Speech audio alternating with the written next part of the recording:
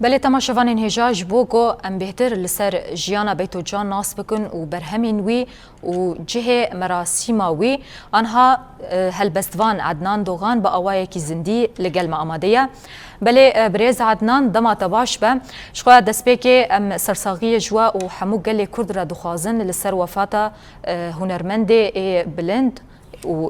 نافدار بیتو جان براستی ام پر خمگین بون لسر وفاتاوی جبولو ام بیجن هنرمند بیتو جان خودی رولک سرکه رولک چاوا بو د پیشخستنا هنرا کردی ده یعنی جیان خوا چاوا بوراند بله از سپاسیا ودکم سلا بلوا تماشاوان و خباتکارین و گلک سپاس بو از بجارت جبونی به روجا گرینگ براستی ماموستا بیتو جان گلک تشتیوینی باشه بون گلک تشتیوینی خوشه بون لی یک تشت از خوازم بین زمان کو ده هر هنرمندی ده هر نویسکار و کسین دوی قاده ده کار دکن ده هر کسی دنینه ماموستا بیتو جان انسانه که گلکی نفس بچوک yani nasıl çukaiya vinake de her qadede her hele her devre daha taqwiya kirin mamosta betocan ve dema dawi jber ve nexoşiya penceşere ku nexoşiya ke geleki aloz u xarab bu rastî di rewşeke xeter de bu rewşeke nexoş de bu lê dîse jî belkî we xwe jî şopan di tamamê civîn û gotin û hevpeyvînê wînî bi medya civakî û bi televizyona re jî mirov didît bê çawa xweşbîn bû yani ti carî ew ê li jiyanê reşbînî nexistibû ji xwe re hedef jiyana mamosta bêtocan we piçekî anî ziman yani ji salê heştê bi taybet zîndanî û koçberî û li derve ev negoş tenê ji bonî mamosta bêtocan ji temamê kesên şexsiyetên Kurd çi siyasî bê, çi wêjeyî bê, çi çandî û hunerî bê, heger neyarên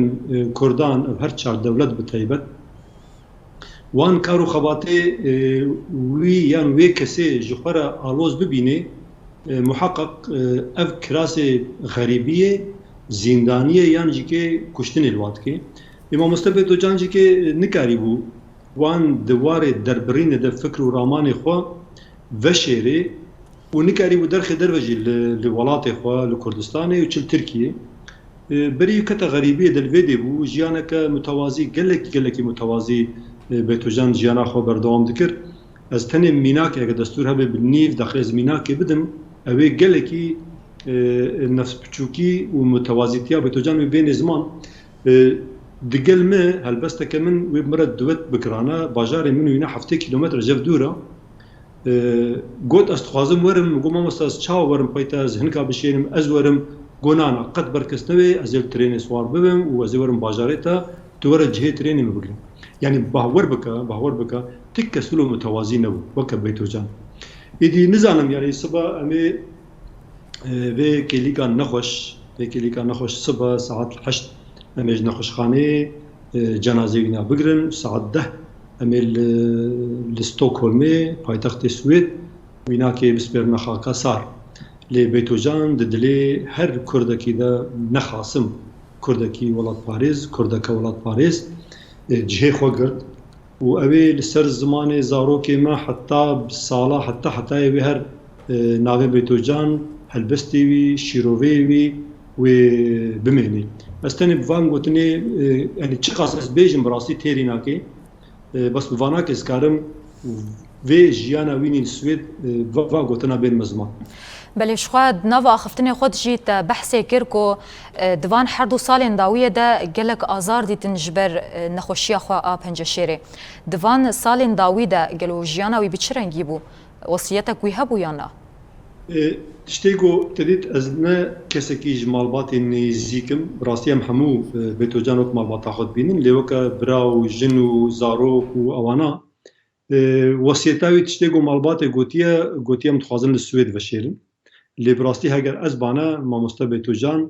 me li Swêd nedveşart me dibire paytextê Kurdistanê Amedê cihê golê ji dayîk bûye cihê ku ew kirasê mişextiyê xwestin li bejna mamosta bêto bikin ez ê jîkê çûbana wî cihê û li wî cihê ez ê bi naxwibana minî wilo bikirane me yî wilo bikirane lê malbatê wilo dît malbatê malbata wî hevjîna wî zarwê wî birayê wî hemû li Swêdin بلکه جی که وانا خستی نزیکی وابه دیتنا مده هنگی چرچوه که تنگ بو یعنی بیتو جان وقت چرچوه که مالباتی تنه گرک مروف نبینه او دناب مالباتا کردستانی ده بو و گرک لآمده لدل کردستانی حتما بشارتن دو هر دو ساله داوی ده از فکری بیجم براستی دمه داوی گلکی تخواست مجی تخواست گوزی ببینم بس جسارت ندکر گوز دوی روشه ده بیتو جان ببینم تخواست دلیم ده و البر چاوه me her vaka berek mene çava muidi çava dikeniya çava hanek kir rengi wî şekli wî û newaya wî çava û txwest ulad de heşû fikrê de bimîne lê mixabin dîsa ew wêneyê wînî ne gelekî ji aliyê tenduristiyê em bêjin ku bandor li mirovat kir dîsa hatan belavkirin dîsa me dît ev di salê dawî her car nexweşxaneyê bû carna dihata malê carna çû nexweşxaneyê gelek operasyon yani ameliyatên ne baş û bi tehlûke derwas kirin lê dawî de jî çavê xwe li jiyanê girt û hew ewî û penceşêrê li hev nekirin û xatir ji me xwest diçû. بله گلک سپاس جبو ته هلبستوان عدنان دوغان ته با اوایکی زندیل گلم آماده بو ته آگاهی داویجی لسر هنرمند بیتو جان به مرا پار وکر جاره که دینم دبیجن سری و سری گلی کرد صعبه. بله هکه دستور هم تنید 3 ثانیه. بله کرم بک.